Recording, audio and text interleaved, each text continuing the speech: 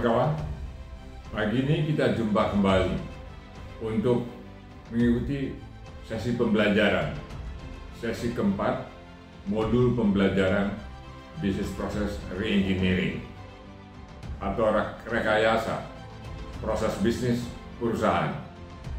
Saya berharap pembelajaran kali ini dapat memberikan materi penguat untuk kawan-kawan pahami tentang modul pembelajaran rekayasa proses bisnis perusahaan yang sangat dibutuhkan pada saat ini. Rekayasa proses dikenal sebagai sebuah metode atau framework atau kerangka kerja untuk menyederhanakan proses kerja yang ada di perusahaan. Karena pada prinsipnya, rekayasa proses itu adalah sebuah upaya dari perusahaan untuk menyederhanakan seluruh proses kerja atau mungkin juga dikenal dengan nama prosedur kerja yang kadang-kadang terlampau berbelit-belit di era disrupsi pada saat ini. Karena sebelum kita masuk ke era teknologi informasi, sebaiknya kita paham di teknologi informasi semuanya serba disederhanakan. Semua serba dipersingkat hanya untuk tujuan supaya kecepatan pelayanan atau kecepatan pembuatan produk itu makin hari makin cepat dengan kualitas yang terstandarisasi dan harus tetap baik untuk kepentingan pelanggan. Nah, saat ini mari kita memahami sebuah sesi yang menjadi dasar daripada konsep rekayasa proses bisnis yang saya sudah lontarkan sejak 20 tahun yang lalu dan tetap abadi sampai dengan saat ini. Sesi ini kita akan mengenal yang namanya proses bisnis berbasis Ishikawa Matthias Type Diagram atau lebih dikenal dengan IMT Diagram. Ishikawa itu adalah seorang penemu bangsa Jepang di bidang proses kerja untuk mencoba mencari tahu hubungan sebab akibat.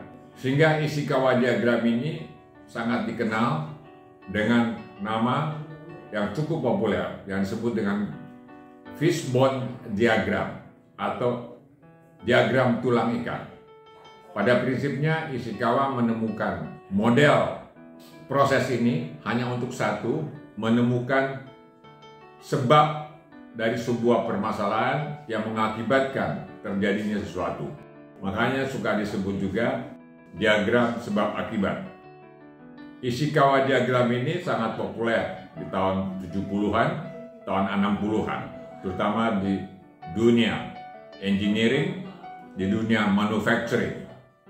Sehingga kalau orang ingin mendapatkan penyebab sesuatu permasalahan yang mengakibatkan fatalitas atau mengakibatkan efek yang besar bagi di dalam melakukan produksi atau dalam melakukan sebuah pekerjaan.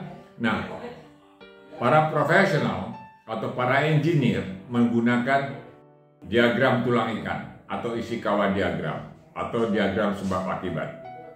Kemudian di tahun 90-an saya terinspirasi dengan Ishikawa ini, kemudian saya mencoba mencetuskan ide. Kenapa tidak kalau Ishikawa diagram ini dipakai sebagai landasan untuk merancang sebuah bisnis proses? Makanya saya menemukan yang disebut dengan IMT diagram atau Ishikawa Matthias Type Diagram. Saya tidak bisa melupakan bahwa penemu awal daripada diagram tulang ikan ini atau fishbone ini adalah Ishikawa, sehingga saya menamakan IMT diagram. Baiklah teman-teman, kita akan masuk ke dalam proses pembelajaran bisnis proses berbasis IMT diagram. Yang pertama kali adalah saya ingin menjelaskan tentang awalnya adalah diagram alir yang diciptakan oleh Profesor Ishikawa tahun 60-an. Yang menunjukkan hubungan sebab akibat dalam rangka mencari penyebab utama sebuah kesalahan ataupun kegagalan untuk memperbaiki kualitas pembuatan sebuah produk atau menciptakan sebuah pelayanan. Dikenal pula sebagai diagram tulang ikan.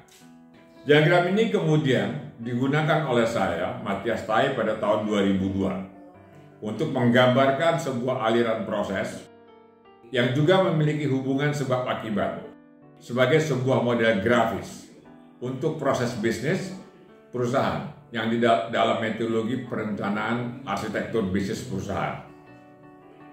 Diagram proses berbasis IMT diagram ini mencerminkan dan menunjukkan hubungan relasi dan hubungan sebab akibat antar aktivitas kerja di setiap proses ataupun subproses dengan tujuan perusahaan. Dan terus terang saya harus menyatakan bahwa diagram Ishikawa Matthias Taib diagram ini banyak dipakai di rumah sakit pada waktu saya menjadi konsultan utama daripada Rumah Sakit Cipto Mangunkusumo. Habis itu melebar ke seluruh rumah sakit dan meluas kepada seluruh banyak perusahaan. Kemudian ini menjadi diagram proses yang cukup terstruktur, cukup sistematis dan sangat disukai oleh para perancang proses kerja di perusahaan.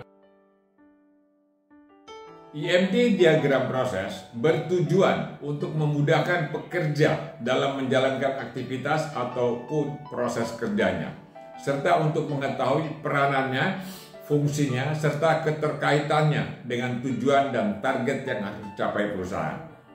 Kemudian untuk memudahkan pekerja dalam mengidentifikasikan proses, subproses, atau aktivitas yang memiliki hubungan penting atau signifikan dalam proses pencapaian tujuan dan target yang ditetapkan perusahaan. Kemudian untuk memudahkan pimpinan perusahaan dalam memonitor, mengevaluasi, dan mengendalikan kinerja perusahaan, serta untuk memecahkan permasalahan bila target kinerja tidak tercapai. Lalu untuk memudahkan pimpinan perusahaan untuk melakukan upaya efisiensi, efektivitas, dan produktivitas, dan bila dirasa perlu untuk melakukan rekayasa ulang perbaikan proses kerja. Nah, sekarang mari kita lihat bagaimana format atau bentuk atau grafis atau diagram daripada Ishikawa. Kita lihat, ini ada gambar yang berbentuk seperti ikan. Lalu di dalamnya ada tulang. Nah, kita lihat bahwa tulang ikan utama itu merupakan proses utama. Proses utama itu adalah yang merah. Kemudian tulang-tulang yang lebih kecil itu dianggap sebagai sebuah proses yang hijau. Nah, proses-proses ini memiliki tulang yang lebih kecil-kecil yang disebut dengan aktivitas. Nah, dari gambar ini terlihat sekali hubungan antara sebuah aktivitas itu dengan target atau kepala ikan. Diagram tulang ikan ini yang di sana dicantumkan gambar tentang target daripada perusahaan atau target strategi daripada perusahaan. Nah, kita lihat ada panah yang berwarna biru yang disebut dengan cost effect relationship. Nah, ini menunjukkan bahwa target atau target strategi perusahaan atau tujuan utama daripada sebuah perusahaan tidak akan dicapai kalau aktivitas-aktivitas yang ada di tulang ikan yang paling kecil itu tidak dapat dikerjakan dengan baik atau tidak memiliki kinerja yang baik. Sehingga kalau aktivitasnya terganggu, pasti target strateginya terganggu. Beginilah cara membaca yang disebut dengan fishbone diagram, proses bisnis berbasis Ishikawa Matthias Taib diagram proses. Sehingga kalau aktivitas itu low performance, pasti target strateginya tidak akan tercapai. Silakan teman-teman simak daripada gambar ini secara perlahan. Kemudian mari kita lihat proses bisnis dan indikator kinerja. Mari kita pahami dulu apa itu yang disebut dengan target dan indikator kinerja. Pemahaman tentang target dan indikator kinerja adalah sebagai berikut. Pertama adalah target. Adalah besaran atau jumlah tertinggi dalam waktu tertentu yang harus dicapai sebuah proses bisnis perusahaan sesuai dengan tujuan strateginya. Besaran atau jumlah tertinggi ini pada waktu tertentu hanya dapat dicapai perusahaan bila perusahaan merencanakan dan melaksanakan proses bisnisnya dengan baik. Jadi sehingga dikatakan merencanakan dan melaksanakan. Atau artinya planning dan eksekusi. Kalau eksekusinya nggak baik, tentunya itu tidak pernah akan tercapai. Kemudian kita coba pahami apa itu performance indicator atau indikator kinerja. Adalah penilaian terhadap hasil kerja pelaksanaan proses bisnisnya yang telah ditetapkan perusahaan. Penilaian diperoleh berdasarkan hasil monitoring dan evaluasi pelaksanaan proses bisnis perusahaan. Hasil penilaian ini merupakan petunjuk apakah target perusahaan akan dapat atau tidak dapat dicapai pada saatnya. Makin tinggi hasil penilaian atau indikator kinerjanya akan makin baik dan akan makin besar kemungkinan perusahaan akan mencapai target perusahaan pada waktu yang telah ditentukan. Itulah yang disebut dengan performance indicator atau indikator kinerja. Nah, sekarang mari kita coba menelaah lebih jauh. Ada kata-kata yang disebut dengan key performance indicator atau yang disebut juga indikator kinerja utama. Adalah penilaian terhadap hasil kerja pelaksanaan proses bisnis utama perusahaan untuk memenuhi target perspektif internal proses perusahaan.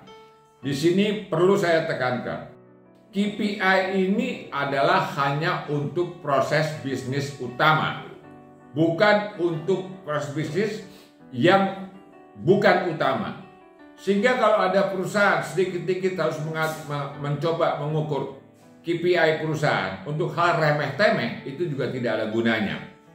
KPI itu hanya untuk sebuah pekerjaan proses utama dari perusahaan yang dianggap akan mempengaruhi tujuan strategi.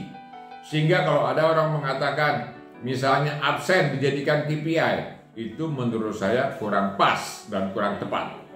Atau pekerjaan yang sifatnya itu hanya bersifat tambahan atau bersifat pelengkap dari sebuah perusahaan dan tidak mempengaruhi target strategi perusahaan, itu jangan salah sekali diukur dengan pola sebagai sebuah KPI. Itu yang saya ingin sampaikan. Karena banyak sekali penerapan daripada KPI ini bersifat asal diterapkan sehingga ada hal-hal remeh-temeh itu dipakai KPI. Itu yang saya ingin tekankan. Sekarang kita mari lihat bagaimana kita melakukan pengukuran dan evaluasi proses bisnis. Setiap aktivitas atau proses dalam proses bisnis selalu harus memiliki komponen. Pertama adalah PIC atau penanggung jawab. Komponen kedua adalah jumlah yang dihasilkan sesuai spesifikasi atau kualitas yang telah ditetapkan. Yang ketiga adalah biaya. Dengan huruf C itu adalah aktivitas yang telah ditetapkan. Yang terakhir adalah jadwal atau waktu penyelesaian yang telah ditetapkan. Makanya orang Jepang itu dalam bekerja selalu hanya menganut 3 huruf untuk mengingatkan dia supaya bekerja dengan baik. Yang ketiga huruf itu dikenal dengan QCD atau singkatan daripada quantity atau kualitas, kemudian cost, kemudian itu adalah biaya, yang ketiga adalah delivery, itu adalah jadwal. Lalu kemudian komponen-komponen yang diukur dan dievaluasi dalam hal ini adalah jumlah daripada yang dihasilkan atau kualitas. Tentunya di dalamnya juga termasuk kualitas daripada produk atau jasa yang dihasilkan. Yang kedua adalah biaya. Yang ketiga adalah jadwal waktu yang telah ditetapkan. Hasil pengukuran dan evaluasi komponen aktivitas atau proses inilah yang disebut dengan indikator kinerja. Hasil pengukuran dan evaluasi adalah bisa menciptakan hasil yang lebih atau menghasilkan hasil yang tepat, atau juga bisa menghasilkan hasil yang kurang atau sangat kurang dari yang telah ditetapkan. Nah, untuk menyederhanakan pengukuran proses bisnis, saya menyarankan cukup ditetapkan minimum 1 atau 2 saja maksimum komponen ukuran. Karena kalau dihitung 3-3-nya itu akan makin rumit. Sehingga saya menyarankan kalau bisa 2 itu lebih baik. Kalaupun itu 1 itu cukup. Nah, saya mengatakan untuk menghindarkan daripada proses perhitungan yang berbelit-belit dan membuat orang kesulitan untuk menetapkan kinerja. Jadi misalnya begini, kalau kualitasnya baik dan jumlah gampang diukur, itu yang diukur. Kemudian kalau ternyata mau cari satu ukuran kembali, tentukan sendiri. Mau yang jadwal saja ditetapkan, itu adalah tepat waktu, atau melebihi waktu yang ditetapkan, itu cukup. Karena kalau dikaitkan nanti dengan biaya, itu akan menimbulkan efek terhadap kita mengukur yang lain itu menjadi lebih rumit. Sehingga saya mengatakan sebaiknya cukup 2 indikator saja, itu yang dijadikan indikator kinerja.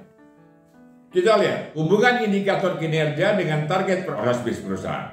Sekali lagi saya katakan, ini indikator kinerja ya.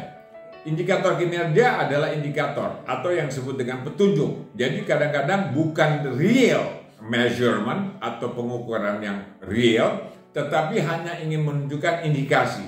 Dia akan mencapai, makanya suka dilakukan dengan sampling.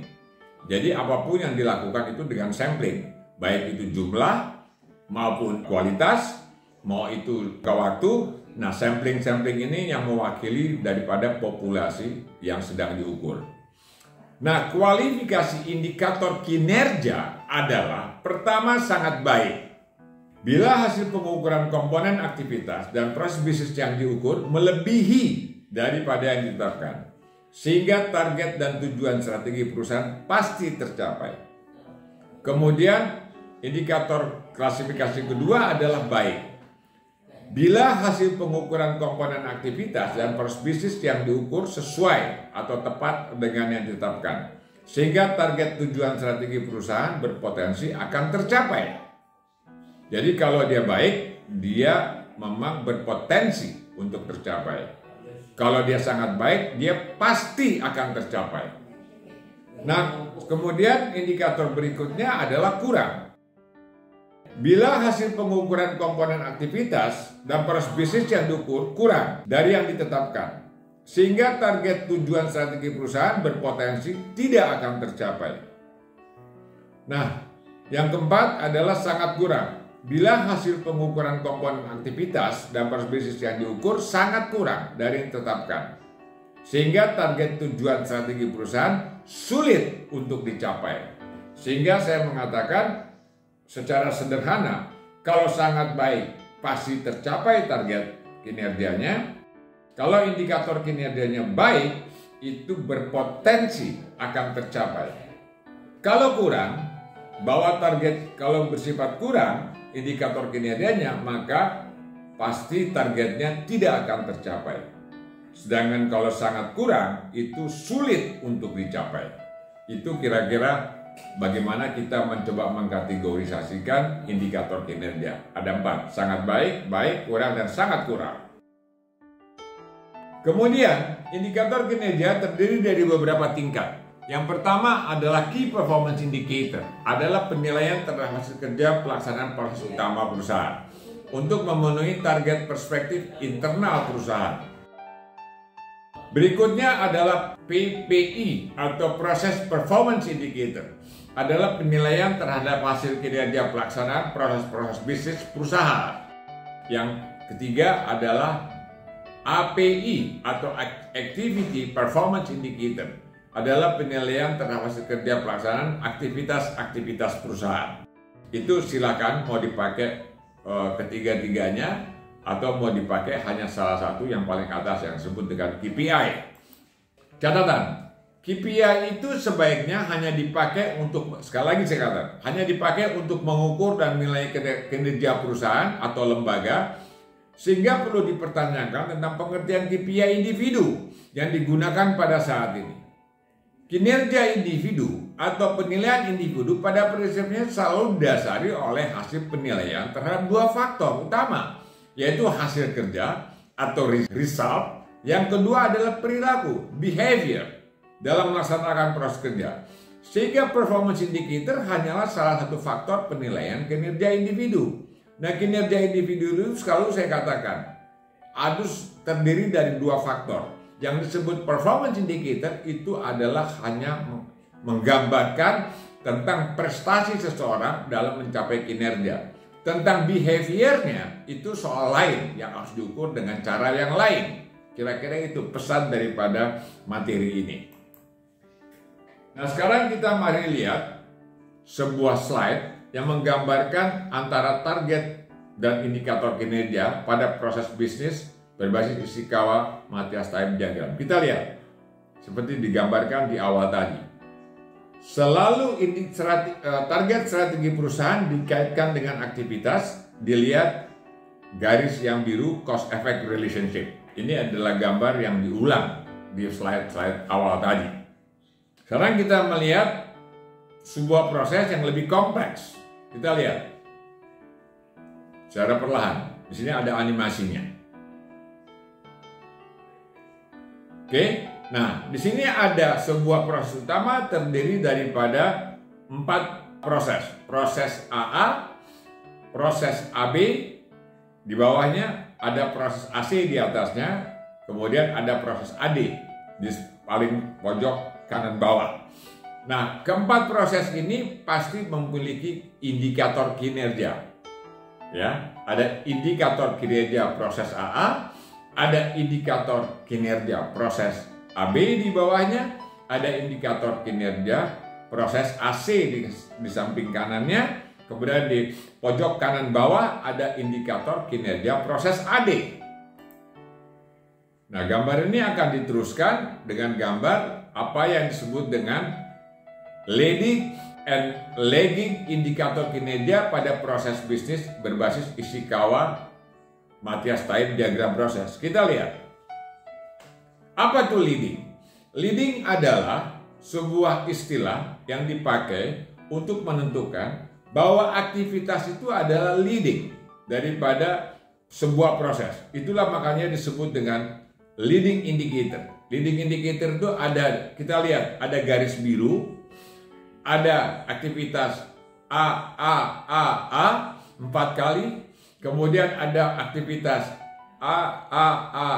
C di bawahnya, dan itu ada kemudian indikator kinerja yang berwarna putih dalam apakah mencapai target apa tidak. Nah, inilah yang disebut dengan leading indicator.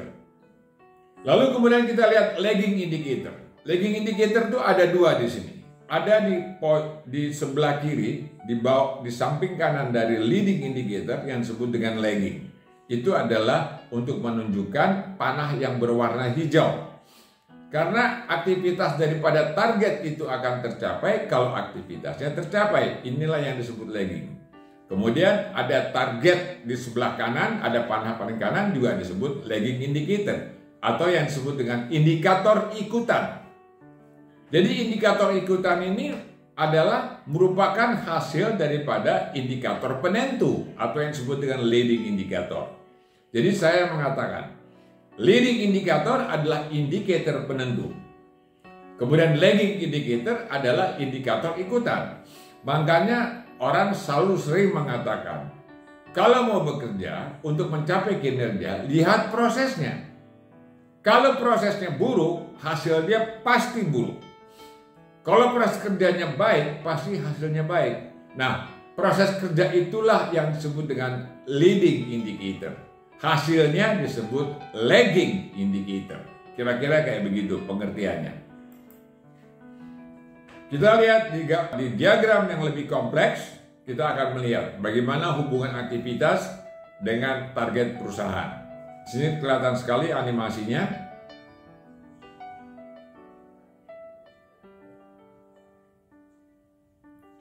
Aktivitas yang berwarna ungu ya, violet di bawah. Ini semua adalah aktivitas di level 3. Nah, aktivitas itu semua indikator kinerja beraktivitas. Ini ada leading indikator. Sedangkan proses utama perusahaan memiliki dianggap sebagai lagging indicator atau indikator kinerja utama atau KPI di pada proses utama. Dan ini merupakan lagging indicator. Kemudian juga ada proses A juga disebut di sebelah kiri, itu juga lagging indicator. Karena semua sangat bergantung kepada leading indicator daripada pengukuran aktivitas-aktivitas yang menentukan apakah target kinerja akan tercapai apa tidak. Jadi sekali lagi saya katakan, kalau Anda mau ingin menghasilkan result yang baik atau hasil yang baik, sebaiknya aktivitasnya itu dikerjakan dengan baik. Itulah yang dikatakan proses tidak bisa membohongi hasil. Ini yang sering kejadian dan sering dibacakan oleh para orang bijak atau para pimpinan perusahaan yang mengerti. Kalau mau menghasilkan sesuatu yang baik, kerjakanlah prosesnya dengan baik. Demikianlah kawan-kawan, sesi kita pada pagi hari ini yang kita sebut proses bisnis berbasis Ishikawa Matthias Type Diagram. Saya berharap materi ini akan memberikan lagi pengertian lebih dalam tentang proses bisnis perusahaan dan juga akan menambah pengetahuan Anda untuk mempelajari rekayasa proses bisnis perusahaan. Sampai ketemu di sesi berikutnya.